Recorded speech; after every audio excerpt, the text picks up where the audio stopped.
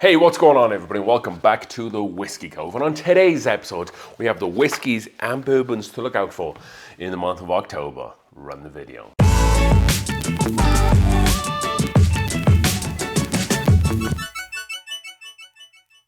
All right then, friends and allies, welcome to another new edition of the Whiskey Cove, where we will be delving in to all the whiskeys that are being released in the month of October.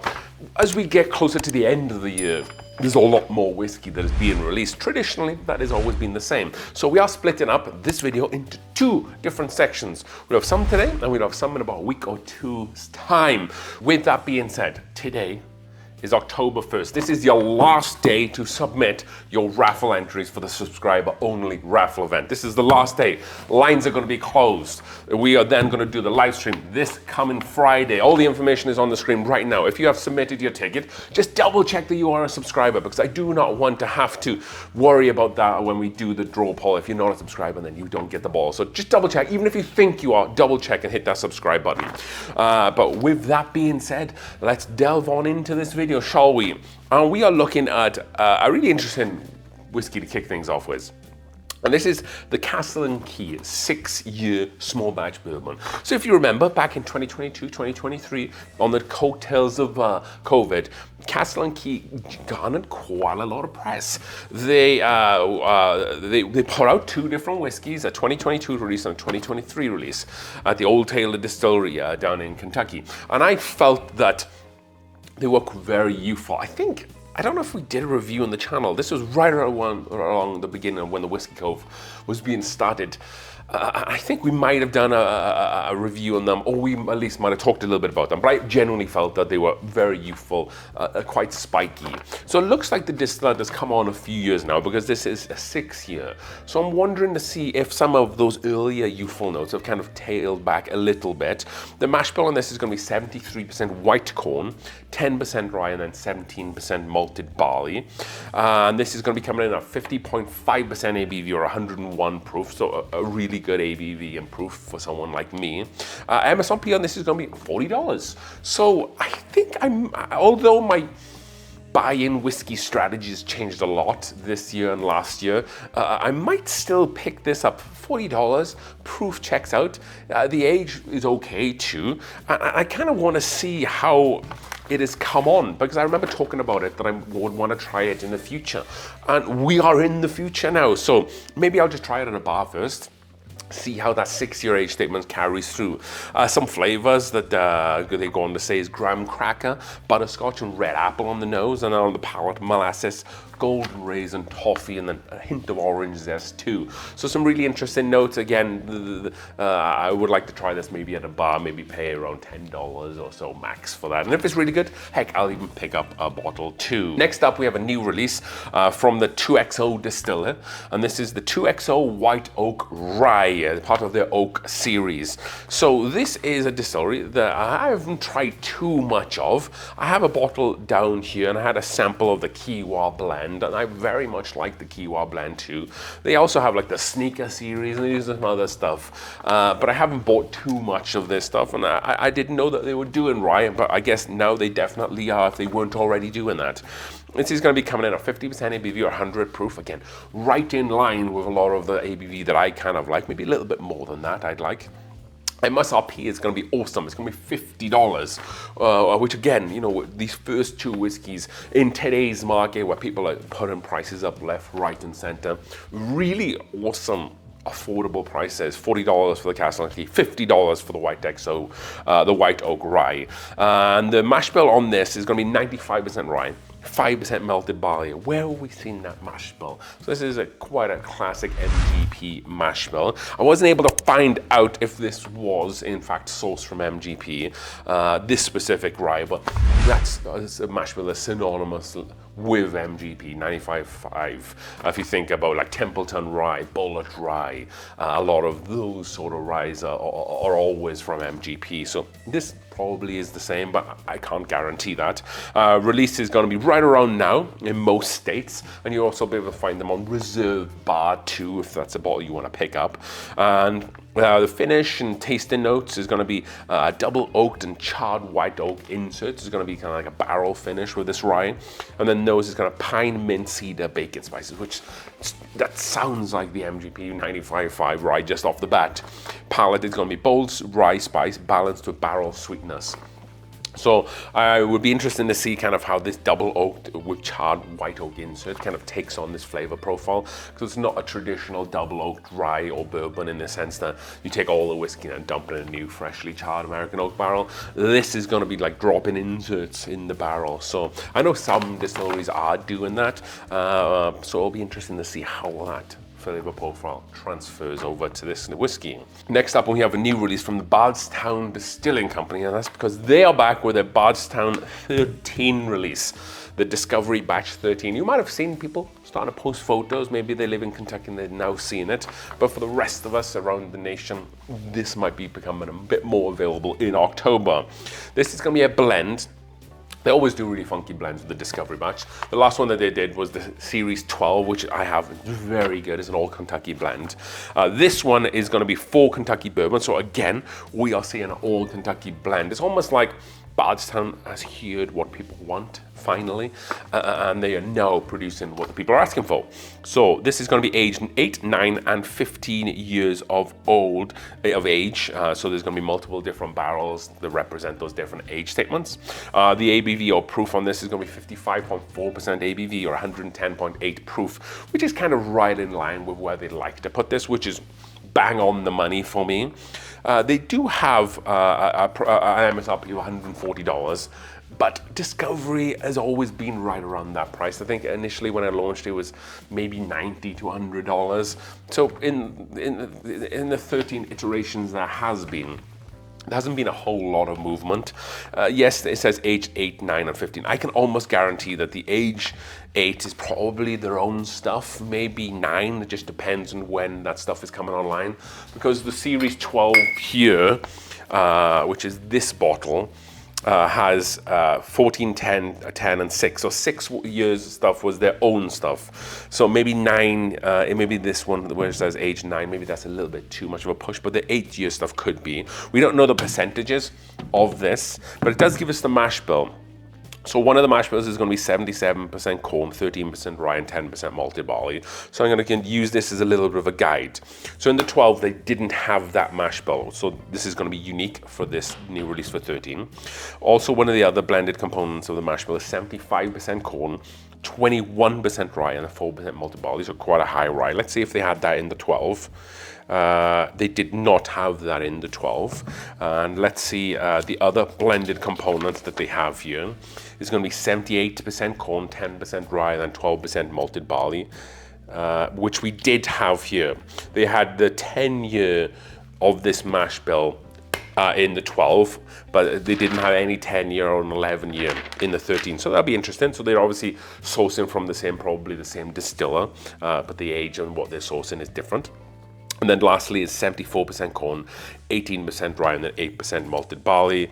That does not show up in the 12. And it's really interesting that their own Bardstown stuff in the 12 is 60% corn, 26% rye, 10% wheat, it's 4% malted barley. So it's not to say that the stuff that they have in this 13 release isn't their own stuff. They might just be using the non-wheated bourbon in the 13. But still interesting that there's a lot of unique mash bills to this one that wasn't in the 12. So expect some different flavors. It talks a little bit about caramel, vanilla, dried fruit, clove, cinnamon, toffee, and campfire spice. The finish is going to be 60% of this is going to be finished in new charred American oak, and then 40% in new Hungary oak. So a little bit of a play around with some of the barrels there too. And like I said, different mash bills than we saw in the 12. There's only one that transfers over. A bottle, when it's all Kentucky, that I always will look to go after. Like I get, as I said earlier on, my buy-in strategy has changed a little bit, so it will be interesting to see what the mash bills read, because you can see on the 12 or any other Discovery bottles the percentage of the age that they put it in. So on this one, for example, it says 48% of this bottle is their 14-year-old age-stated Kentucky juice that they sourced. So it tells you exactly, which is something I really like about Bardstown, it tells you exactly how much of the age you're getting. I wasn't able to find that information for this bottle, but if you pick up that bottle, look on the side label, you have all the information on mash bills right there too. Release is right about now. You probably have started seeing these coming online, but at $140, if you're someone who really likes the Bardstown, you'll know that the Discovery batches, all Kentucky blends, are usually the best ones to reach for. Next up, and we have a new release from the Jim Beam Distilling company, and that is Booker's The Reserves, the 2025 release. This is their limited Booker's release that they do once a year. As you see over my shoulder here, I have the one from 2024. That thing was excellent. Very, very, very good. I didn't do a review now. I probably should have, looking back. Such a great whiskey. It's got better and better and better through time. And if you're someone who watches my videos quite a lot, you'll know that I've had a lot of negative stuff to say about Booker's in recent times. And my own personal aspect, or my own personal theory, is that the stuff that they put in the limited reserves last year, that should have been the stuff that they should put in every Booker's, because Booker's is supposed to be special. However, quality I feel like is tailed off, but the 2024 reserves release smoked it, knocked it out of the park. I'm hopeful this year's will do the same, but I'm concerned, and I'll talk a little bit about why that is. So the age on this is going to be accumulated from all the blending of the barrels. Will be aged 8 years, 10 months, and 11 days, which is a good amount of age. Usually what we see with the run-of-the-mill Booker stuff is around 6 to 7 years. So this kicks it up closer to 9. The proof or ABV is going to be 61.65% ABV, or 123.3 proof. Right in line with a lot of what Booker's do. That ABV and proof point is spot on. MSRP is going to be $130, so that sounds like it hasn't gone up from last year. You're probably thinking that sounds more for Booker's. Well, the regular Booker's offerings are still around like the $100 mark, where the reserves last year was $130. So they haven't upped the MSRP on that, which is great. Mash bill is going to be 77% corn, 13% rye, and then 10% malted barley, which is the standard Booker's mash bill. The release date is right now. Nose is going to be vanilla oak caramel, and then one other note, which I want to hold off on right now. And then the palate is going to be bacon spice pepper, and another note I want to hold off on. And I'll talk a little bit more why. So, why I don't like the sound of this release is because the finish. This is how they finish in this whiskey. It spent 6 months in El Tesoro tequila barrels. So this is a tequila finished whiskey. I don't like tequila finished whiskey. So those two notes are agave and earthy agave character, just in case you were wondering. I don't think the whiskey finished in tequila has kind of run its course. This kind of reminds me of a Blood Oath that they did not so long ago that was finished in Oloroso, I think from a year or two ago. I felt that that had run its course as well. And I think we're kind of over maybe tequila finishes right now. And yes, you could say, well, tequila finishes and maybe more capture the tequila crowd. Well, if you're someone who drinks tequila, you're probably not going to want to buy the Booker's or find or hunt down this Booker's as like a first couple of whiskeys that you'll ever buy for like $140, $150, $160, $170, up to $200, because they get marked up, right? It's like a throwaway money if you're a tequila drinker. So for me, I'm not going to be getting this one. I don't like tequila finished whiskey. That's me personally. If you do like them, you know, have at it, right? El Tesoro tequila barrels. So that is a crossover that has happened before. The other way, there is El Tesoro tequila that has been finished in spent Booker barrels. This was like a $400-500 whiskey. You might see $400-500 tequila. You might see it still lingering around in liquor stores that hasn't been able to move. It's in like a black case, and it says like 85th anniversary or something, finished in Booker barrels. A lot of people were looking for that tequila at one point in time, but I feel like the following has fallen off a little bit. But it's interesting to see the boomerang has come back the other way. So if you're able to find this and you want to get $130 for MSRP, I'll leave that up to you if you would like to get it. But for me, it's a pass this coming month. And then lastly, we have a new release from the Elijah Craig Distillery, and that is Elijah Craig Barrel Proof Rye. This is going to be the A925 batch. This is going to be released right around now. Why is it the A batch? and we're in September.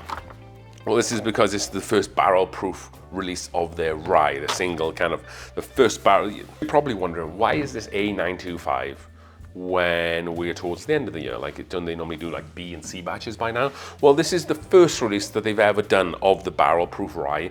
You might have seen the Elijah Craig barrel proof ryes in single barrel picks that people have done, but we've never seen it in like an A925, B925. So this is the first time they've released it. So this is going to be coming in at 12 years, 3 months. So over that 12-month age stated that we got oh so used to with Elijah Craig barrel proof bourbons. Proof on this is going to be 54% ABV or 108 proof, which is quite low. If you think about all the single barrel proof rye Elijah Craigs that were put out, I feel like they were much more closer to 60 and then above that. So this is actually a very low proof barrel proof rye, if the information I found was correct. Not that that's a problem necessarily for me. I think there can be a lot of flavor to be found around 55%, 110 proof. MSRP on this is going to be $75, so cheaper than the barrel proof picks that we saw at stores. I think they were selling for like $85, $90. Again, this could get marked up, but it feels a little cheaper than that. Mash bill on this is going to be 51% rye, 35% corn, 14% malted barley, the classic Heaven Hill rye mash bill. If you have the regular toasted rye, if you have the small batch rye, it's going to be all that same mash bill, just bottled at barrel proof. And the release date is now. This is going to be uncut and unfiltered. Some of the flavor profile and notes you're going to get is gingerbread, molasses, and bacon spices. Palate is going to be stewed fruit. I don't know, stewing fruit or drinking this whiskey, and you know, it kind of tastes like fruit. Well, you know, it's not quite there. What other fruit can we kind of name here? It's like, well, if we stew fruit around, it kind of smells more like that. That's a wild tasting or nosy note, in my opinion, stewed fruit. Also cinnamon, nutmeg, and a long spicy finish. So like I said, 54% ABV at barrel proof. These barrels must be sitting in the low parts of the warehouse where there's not much heat there, not much angel share and devil's cut to really bump up the ABV in this as well, but there could be a lot of flavor there too. Will I get this bottle? I think I'm going to try this one at a bar first. Like I said, I have a barrel proof up here. I have the toasted rye, I have the small batch rye. Maybe I should get it. If it's like, wow, this is really good, then I'll probably pick up a bottle, but I have enough Elijah Craig sitting up on that shelf. So we saw 5 awesome whiskeys this month. I think I might look out for the Discovery batch, and then maybe the Castle and Key. We're gonna try a couple of these at the bar, and then we're gonna make decisions on them as we normally will do. So hopefully you've enjoyed today's video. Do not forget, sign up for the lottery. This is the last day. At the end of today, vote-in lines and sign-up lines will close. We need a bit of time before the live stream to be able to sort everything out. Make sure you are a subscriber, even if you think you are, right? Sometimes a lot of people forget that, oh, I'm sure I'm a subscriber. I watch hundreds of his videos. Just double check in the description at the bottom. Thank you so much for watching, folks. Join us for the live stream. It's going to be a hell of a time. My name is Patrick as we drink through the world's whiskeys, one glass at a time. Cheers.